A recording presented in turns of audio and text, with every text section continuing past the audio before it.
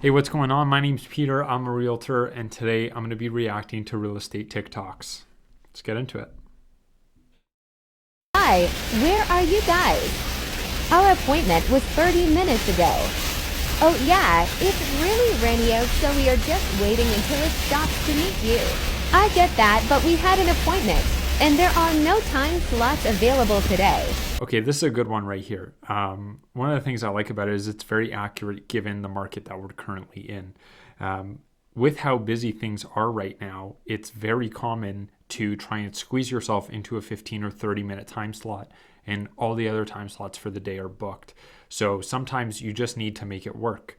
Obviously, on the client end, at the end of the day, you don't want to go outside of your comfort zone. And if it's just not the right house and it's torrentially downpouring, then you might not want to actually go and look at the house.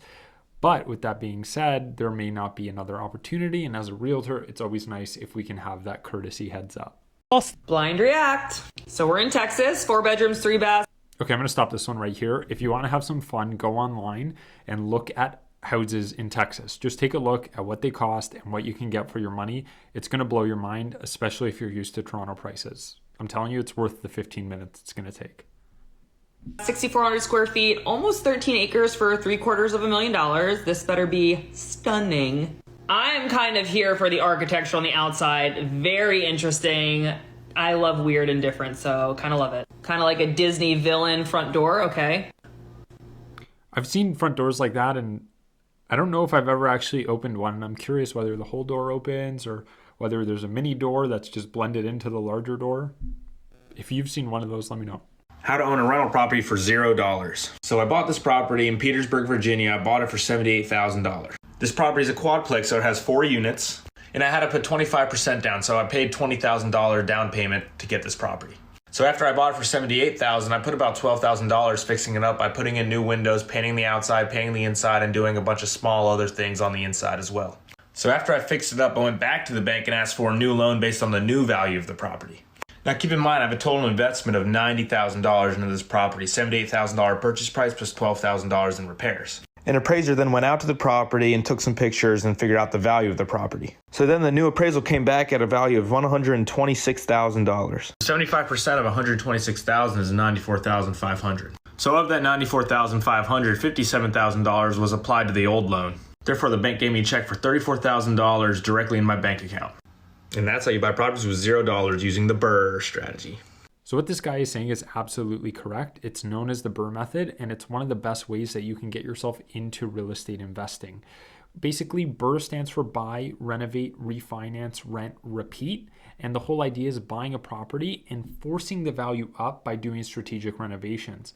Once you get that new value, you can actually get the home reappraised, and the bank will give you any difference that you want between the original purchase value and the new purchase value, up to 80% loan to value ratio.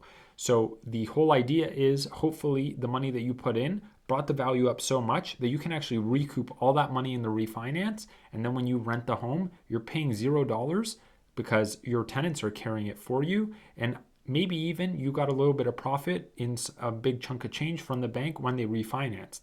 But the idea is you bought the home with no money down, you have no investment left in the home, but it's in your name and it's going to carry itself because of the tenants. Buckle up. I have new home inspection pictures for you. What's the saying? If there's a drop ceiling, there's electrical issues. No lie, our first house, when we took the drop ceilings down, the entire house was run with extension cords. They got health insurance to cover their front porch. This worries me.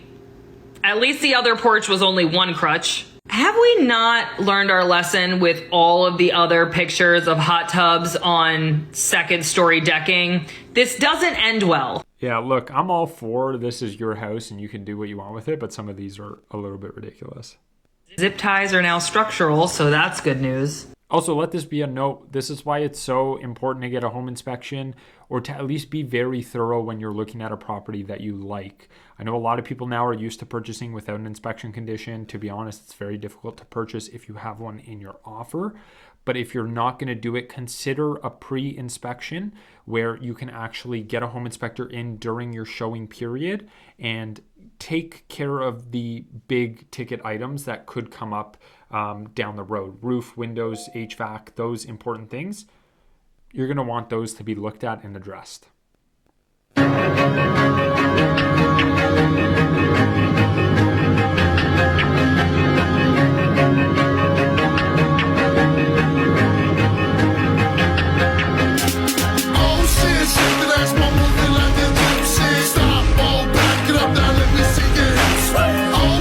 So a lot of people do this, and it's very true. You can completely finance everything, and sometimes when you're purchasing a home, you can be what's known as a working partner. So typically there's a money partner and a working partner. The working partner will do all the labor, they'll find the deal, they'll bring it to the money partner, and the money partner will provide any money or any financing. But when you are the working partner, you're responsible for handling all the logistics of getting things done, finding the deal, finding the tenants, organizing all the repairs logistically, just making sure that everything goes smooth. As the money partner, it's a lot more laid back, but you need to do your due diligence to know that you can trust your working partner.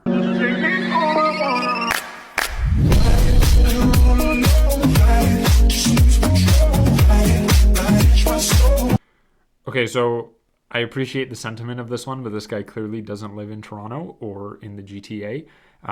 Definitely still possible to buy a home in your 20s, but you have to have a game plan going into it. We don't live in an era anymore where you can just work for a couple years and all of a sudden you can buy a house. Guys, this is a long-term decision that you need to make now and start preparing for today. It's not easy to buy a home in this market. I don't think it's going to get any easier. So you need to come up with a concrete game plan on how you're going to get yourself into the market. Hi, how can I help? I bought a house you were selling, and the AC just died. Oh, I'm sorry to hear that, but how can I help? Well, I think your seller should fix this. Did you buy new construction? No, but I don't have the money to fix the AC, and we've only lived here for 1 year. The seller should fix it. So this is pretty funny. A lot of times when buyers purchase a home, there will be a warranty for all the appliances, chattels, fixtures, everything to be in good working order on completion.